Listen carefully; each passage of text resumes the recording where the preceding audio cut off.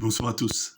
Alors, nous devons continuer cette déclinaison des faits autour de la Révolution française pour comprendre un peu la situation spirituelle et contemporaine de la France. Nous en étions à l'année 1793.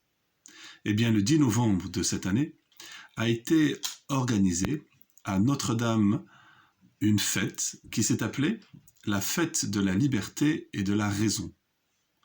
Cette fête a été mise en place par une partie des députés de la Convention, accompagnés d'une foule. Ils sont entrés, ils ont profané la cathédrale Notre-Dame, et au centre de la cathédrale, ils ont fabriqué une montagne en carton-pâte et au pied de cette construction, ils ont placé un temple qu'ils ont appelé le temple de la philosophie. Et au cours de cette procession, de cette célébration, est sortie de ce temple de la philosophie une femme qui devait représenter, être l'allégorie de la liberté et de la raison. À cette occasion, Notre-Dame de Paris a été débaptisée et s'est appelée Notre-Dame de la raison, ou encore Notre-Dame de la nature. Bien. Alors, on le voit, l'événement du 10 novembre 1793, cette fête, cristallise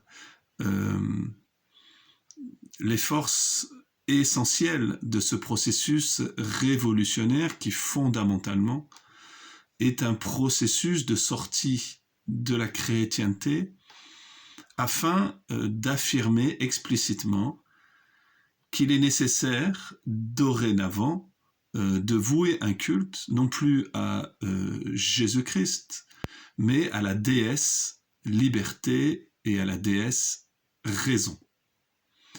Alors, je vais vous lire l'hymne qui a été déclamé lors de cette fête,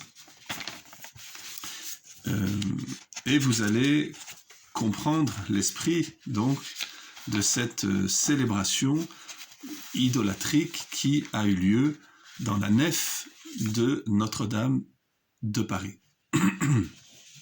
Pardon. Voilà donc cet hymne qui a été écrit et qui a été chanté lors de cette fête de la liberté et de la raison dans la nef de la cathédrale Notre-Dame de Paris le 10 novembre 1793. Je lis. Hymne à la déesse liberté raison.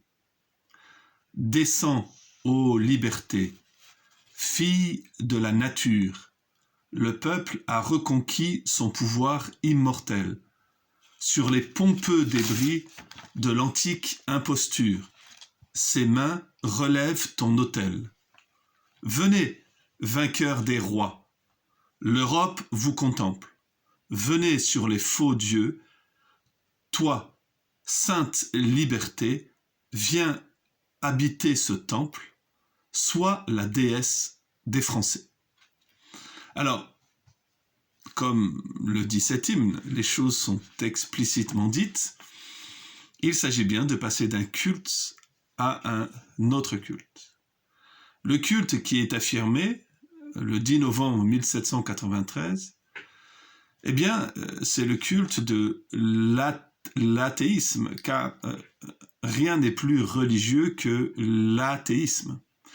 L'athéisme a besoin d'une rhétorique de justification pour continuer son travail